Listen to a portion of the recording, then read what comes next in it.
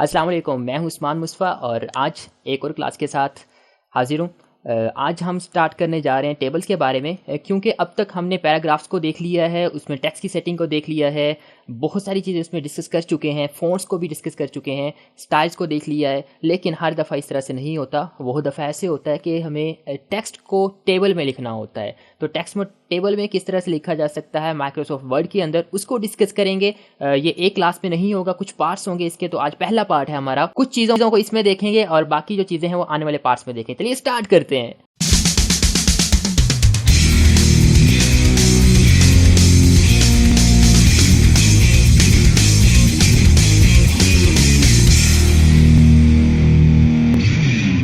Table को देखने के लिए हमें जाना पड़ेगा इंसर्ट टैब के अंदर। तो पहले यहाँ से मैं इंसर्ट टैब में जाता हूँ। इंसर्ट टैब में जाने के बाद ये यहाँ पर टेबल्स लिखा हुआ है।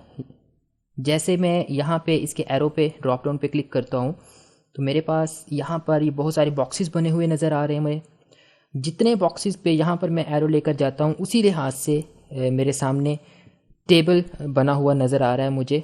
अब अगर मैं यहाँ तक लेकर जाता हूँ तो ये 7x2 का टेबल है मेरे पास, जिसमें 7 कॉलम्स हैं और 2 रोज़ हैं। तो जितना भी मुझे टेबल चाहिए, जितने कॉलम का चाहिए, उस लिहाज से मैं इसको यहाँ पर ड्रॉ कर सकता हूँ।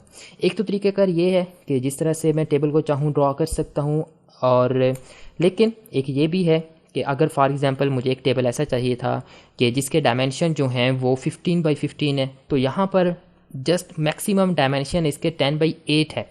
तो अगर मुझे 15x15 का टेबल चाहिए तो उसके लिए मैं इंसर्ट टेबल के ऊपर क्लिक करूँगा और क्लिक करने के बाद यहाँ पर बताऊँगा कि मुझे कितने नंबर ऑफ़ कॉलम्स चाहिए, 15 चाहिए, नंबर ऑफ़ रोज़ कितनी चाहिए, मुझे 15 नंबर ऑफ़ रोज़ चाहिए, और उनकी विड्थ के बारे में पूछ रहा है कि उनकी विड्थ जो है वो ऑटो होनी चाहिए। अगर ऑटो नहीं होनी चाहिए तो मैं यहाँ पर बता सकता हूँ कि उसकी विड्थ जो है वो मेरे पास कितनी होनी चाहिए। मैं इसको अगर कर दूँ 0.2, तो ये मेरे पास जैसे ही ओके प्रेस करता हूँ तो ये हर कॉलम की जो विड्थ है मेरे पास अब वो 0.2 है।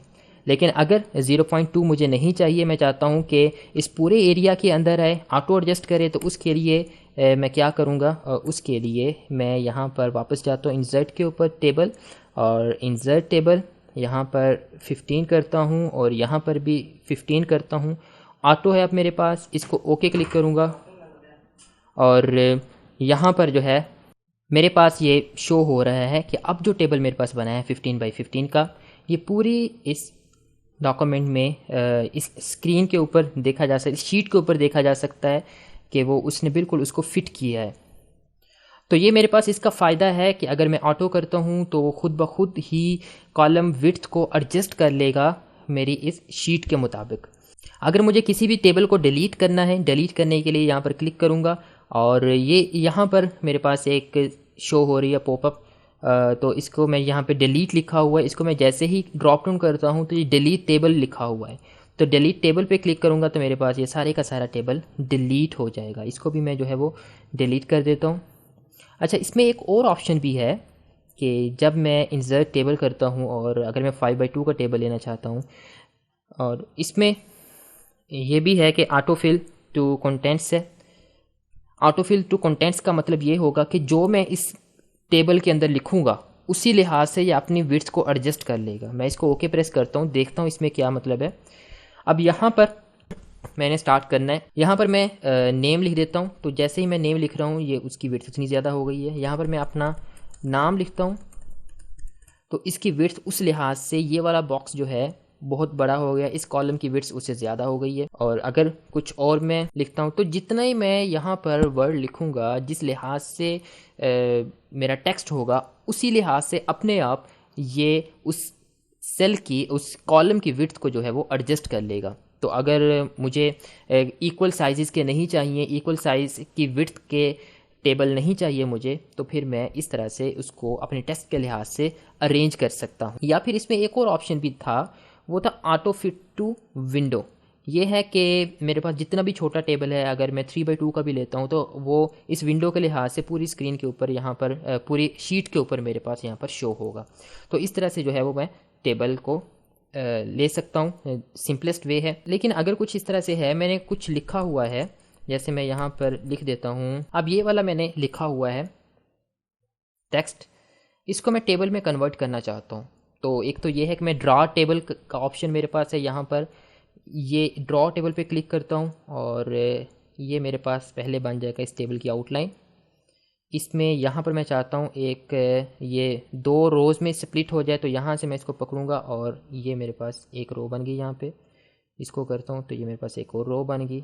यहाँ पर इसके बीच को इसको मैं 2 कॉलम में कन्वर्ट करना चाहता हूँ, तो ये मेरे पास 2 कॉलम में कन्वर्ट हो गया। तो इस तरह से टेबल को ड्रॉ भी किया जा सकता है कि अगर मैंने पहले ये टेबल बनाया था, इसमें मुझे एक और रो चाहिए, तो मैं इसको यहाँ पर क्लिक करने के बाद जो है वो इसको कन्वर्ट कर सकता हूँ। तो जैसे चाहूँ इसमें मैं चेंजेस कर सकता हूँ। लेकिन इसका एक और बहुत ज़बरदस्त फीचर जो मेरे पास है वो उसके बारे में देखता हूँ मैं, कि अगर कोई टेक्स्ट हो मेरे पास तो फिर क्या होगा। फॉर एग्जांपल मेरे पास ये एक मार्क्स शीट थी, इस मार्क्स शीट को मैं कन्वर्ट करना चाहता हूँ टेबल की फॉर्म के अंदर। इस मार्क्स शीट को मैंने इस तरह से लिखा है कि जैसे ये पहले बुक है, तो बुक के बाद मैंने टैब स्पेस दी है और टोटल मार्क्स के बाद फिर से मैंने एक टैब स्पेस दी हुई है। तो टैब स्पेस के साथ मैंने इसको डिस्टिंग्विश किया हुआ है। जैसे अगर इंग्लिश के बाद मैं उर्दू लिखना चाहता हूँ तो मैं यहाँ पे उर्दू लिखता हूँ, फिर टैब स्पेस देता हूँ, इसके टोटल मार्क्स जो है वो मैं 100 लिखता हूँ, टैब ऑब्टेन मार्क्स 70, टैब इसका ग्रेड लिख देता हूँ B+,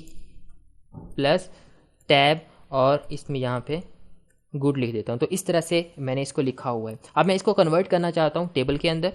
टेबल पे कन्वर्ट करने के लिए इसको मैं सेलेक्ट करूँगा, सेलेक्ट करने के बाद इंसर्ट टेबल और ये लिखा हुआ कन्वर्ट टेक्स्ट टू टेबल, तो ये वाला टेक्स्ट जो है ये टेबल में कन्वर्ट हो जाएगा। मैं ओके पे इसको क्लिक करता हूँ, राइट क्लिक, और अब मुझसे ये कुछ ऑप्शंस पूछेगा कि यहाँ पर नीचे एक पैराग्राफ को मैंने चेक करना है, कोमास को चेक करना है, टैब्स को चेक करना है। मैंने यहाँ पे टैब्स को चेक पॉइंट लगाया हुआ है। किस तरह से टैब्स को चेक पॉइंट लगाया हुआ है, जैसे कि मैंने अभी बताया कि उर्दू मैंने लिखा था, फिर मैंने टैब भी प्रेस किया, फिर 100 मार्क्स लिखे, फिर टैब प्रेस किया, फिर 70 लिखा, फिर टैब प्रेस किया। क्यों किया था? क्योंकि मैं उर्दू के बाद 100 को अगले कॉलम में चाहता हूँ, 70 को उससे अगले कॉलम में चाहता हूँ। तो बीच में जो है डिस्टिंग्विश करने के लिए मैंने टैब को यूज़ किया, या फिर अपने लिहाज से मैं यहाँ पर कुछ और भी यूज़ कर सकता हूँ, डॉट यूज़ कर सकता हूँ, / यूज़ कर सकता हूँ, / यूज़ कर सकता हूँ। तो जो भी हो, मैंने यहाँ पे टैब को यूज़ किया है, तो यहाँ पे टैब पे क्लिक करूँगा। फिर ये मुझसे पूछेगा कि ऑटो फिट करना है या फिर ऑटो फिट टू कंटेंट्स करना है। तो ये पीछे हम अभी देख चुके हैं कि यहाँ पर मैं ऑटो को ही रहने देता हूँ। नंबर ऑफ़ कॉलम्स उसने खुद ब खुद डिटेक्ट कर लिया है कि मेरे पास 5 हैं, और जितनी भी रोज़ होंगी वो ऑटो खुद ही उसको डिटेक्ट कर लेगा। ओके प्रेस करता हूँ तो ये मेरे पास एक टेबल बन गया है, एक बड़ी बहुत ही ज़बरदस्त किस्म का। टेक्स्ट लिखा था जस्ट, और टेक्स्ट को मैंने टेबल में कन्वर्ट कर लिया। अब टेबल को कन्वर्ट करने के बाद यहाँ पर ये देख सकते हैं कि इसके बहुत सारे स्टाइल्स हैं। इन स्टाइल्स को मैं यहाँ पर चेंज कर सकता हूँ कि अगर मुझे ये वाला स्टाइल चाहिए, इसको मैं प्रेस करता हूँ तो उसी स्टाइल में ये मेरे पास चेंज हो गया है। बहुत सारे स्टाइल्स हैं, जो भी स्टाइल्स इसमें अप्लाई करना चाहूँ अप्लाई कर सकता हूँ। अब इस स्टाइल में भी यहाँ पर टेबल स्टाइल ऑप्शंस में कुछ ऑप्शंस हैं मेरे पास। पहले अगर देखिए तो इसकी हेडिंग टॉप रो इसकी जो है वो मेरे पास हाईलाइटेड है। अगर मैं इसको रिमूव करना चाहूँ तो ये हेडर रो लिखा हुआ है, इसको अनचेक करूँगा और ये मेरे पास अनचेक हो जाएगी। अब जो ऊपर वाली हेडिंग है, वो ऊपर वाला जो फर्स्ट रो थी हाईलाइट थी, वो ख़त्म हो गई है। इस साइड पे ये कॉलम को भी हाईलाइट किया हुआ, फर्स्ट कॉलम को, इसको मैं हाईलाइट रिमूव करना चाहता हूँ तो ये फर्स्ट कॉलम, इसको चेक किए अनचेक करूँगा तो ये सेम उसी तरह से हो जाएगा, सारा प्लेन हो जाएगा। अब कोई भी हाईलाइट नहीं है, डिस्टिंग्विश नहीं है। अगर इसमें मैं चाहता हूँ कि आखिरी कॉलम जो है वो हाईलाइट हो तो लास्ट कॉलम पे क्लिक करूँगा, और अगर इसको मैं नहीं करना चाहता, अब यहाँ पर देखा जा सकता है कि इस रो का कुछ और कलर है, नीचे वाली रो का कुछ और कलर है। हर रो जो है वो डिस्टिंग्विश हो रही है। इसकी रीज़न ये है कि बेंटेड रोज़ के ऊपर क्लिक किया हुआ है। जैसे ही इसको मैं रिमूव करता हूँ तो अब हर रो जो है वो सेम है। अगर मैं चाहता हूं कि इसका हर कॉलम डिस्टिंग्विश हो, बेंडेड हो, तो बेंडेड कॉलम पे क्लिक करूंगा। इस तरह से हर कॉलम इसका जो है वो डिस्टिंग्विश हो जाएगा मेरे पास, इसको पढ़ना जो है वो आसान हो जाएगा। टोटल रो जो है इसके ऊपर अगर मैं क्लिक करता हूं तो फिर एंड पे एक रो जो है उसको हाईलाइट करेगा इसका पर्पज़ ये है कि अगर मैं कोई एक ऐसी चीज़ लिख रहा हूँ, कोई टोटल कर रहा हूँ, जैसे फॉर एग्जांपल मैं एक लिस्ट बना रहा हूँ कि जिसमें मैं एक्सपेंसेस लिख रहा हूँ कि रोज़ाना के एक्सपेंसेस क्या हैं, तो ये सारे, या फिर टोटल मार्क्स यहाँ पे मैं लिखना चाहता हूँ, तो वो यहाँ पर नीचे टोटल कर सकता हूँ। तो यहाँ पर मैं एक काम करता हूँ, ये यहाँ पर जैसे ही मैं इधर आता हूँ तो ये प्लस का साइन शो हो रहा है। जैसे इसके ऊपर क्लिक करूँगा तो एक नई रो मेरे पास ऐड हो जाएगी। तो इसको मैं टोटल कर देता हूँ। टोटल करने के बाद यहाँ पर आ जाएंगे इसके टोटल मार्क्स 500। यहाँ पे obtain marks, let's say obtain marks जो थे वो 410 थे, और ग्रेड जो था वो ए था, रिमार्क्स जो हैं वो वेरी गुड। तो अब जो है ये लास्ट वाली टोटल की रो है, मैं यहाँ पर क्लिक करता हूँ तो ये मेरे पास टोटल हो जाएंगे। इसको मैं रो बेंटिट कर देता हूँ, हेडिंग रो फर्स्ट कॉलम। तो इस तरह से फॉर्मेटिंग कर सकता हूँ अपने टेबल की। इसका कलर मैं ज़रूरी नहीं है कि यहाँ पर जाकर ही चेंज करूँगा, जो स्टाइल में अवेलेबल है खुद से भी कर सकता हूँ। वो कैसे, शेडिंग पे यहाँ पर कि जौन सा शेड मुझे चाहिए मैं उसी शेड के ऊपर क्लिक करूँगा तो वही वाला कलर मेरा इस कॉलम का हो जाएगा। अब यहाँ पर इसका कलर आप देख सकते हैं कि चेंज है, तो इस तरह से मैं इसका कलर भी चेंज कर सकता हूँ। जौन सा इसमें मैं कलर डालना चाहता हूँ वो इसमें ऐड कर सकता हूँ। यहाँ पर कुछ ऑप्शंस हैं बॉर्डर के, फॉर एग्ज़ाम्पल मैं इनके बॉर्डर चेंज करना चाहता हूँ। मैं इसको सेलेक्ट करता हूँ। सेलेक्ट करने के बाद इसका बॉर्डर मुझे चाहिए कुछ इस तरह का, इसके ऊपर क्लिक करता हूँ, और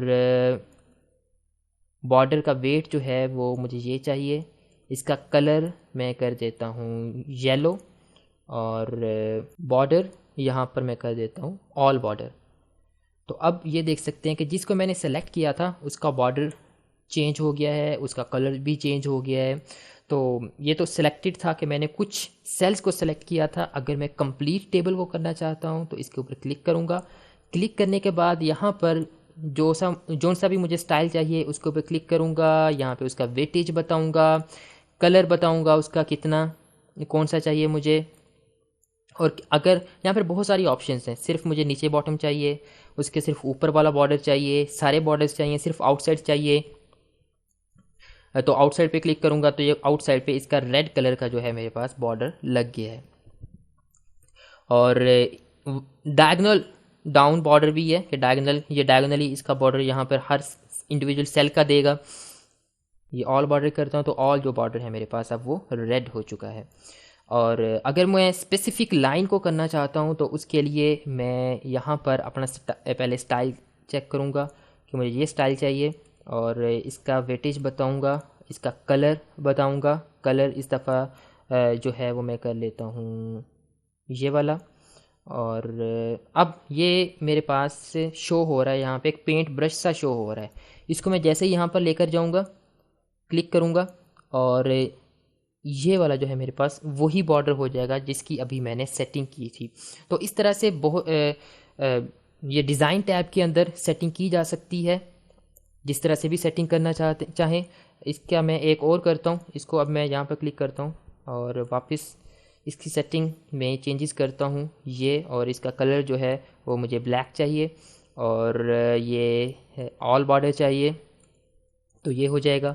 अगर मुझे ऑल बॉर्डर नहीं चाहिए, इसको मैं नो बॉर्डर पे क्लिक करता हूँ।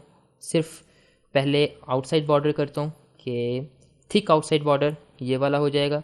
फिर मैं इस रो को सेलेक्ट करता हूँ कि इसका मुझे चाहिए बॉर्डर, तो इसका जो है वो मैं आउटसाइड बॉर्डर जो है इस पर क्लिक करता हूँ, आउटसाइड बॉर्डर आ जाएगा।